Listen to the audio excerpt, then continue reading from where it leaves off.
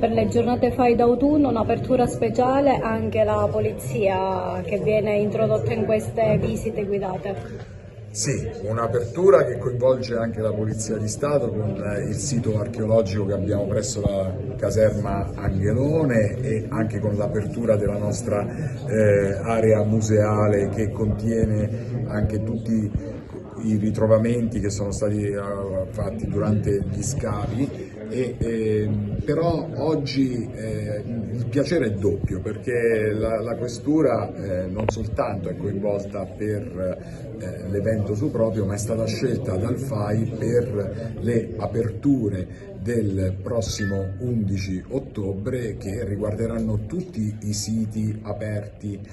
nell'ambito della città di Agrigento. Perciò, ripeto, io oggi sono in una doppia veste, quella di anfitrione in qualche modo che presta le mura della questura a questo evento, e poi sono anche coinvolto in prima persona perché la Polizia di Stato ha anche l'opportunità di offrire ancora una volta, in un'apertura straordinaria, non soltanto ai cittadini di Agrigento ma anche ai turisti, quella che è una sua unicità, perché credo che siamo l'unica caserma della Polizia di Stato ad avere al proprio interno un'area archeologica anche vasta. Tornano le giornate FAI d'autunno, un appuntamento da non perdere. Assolutamente, quest'anno il FAI compie 50 anni e quindi invitiamo tutti a partecipare a questo evento 11 e 12 ottobre dalle 9 alle 13, alle 15, alle 18 in 5 beni secondo me molto interessanti. Uno è legato alla questura dove siamo adesso, la caserma Angelone, poi ci saranno 2 siti legati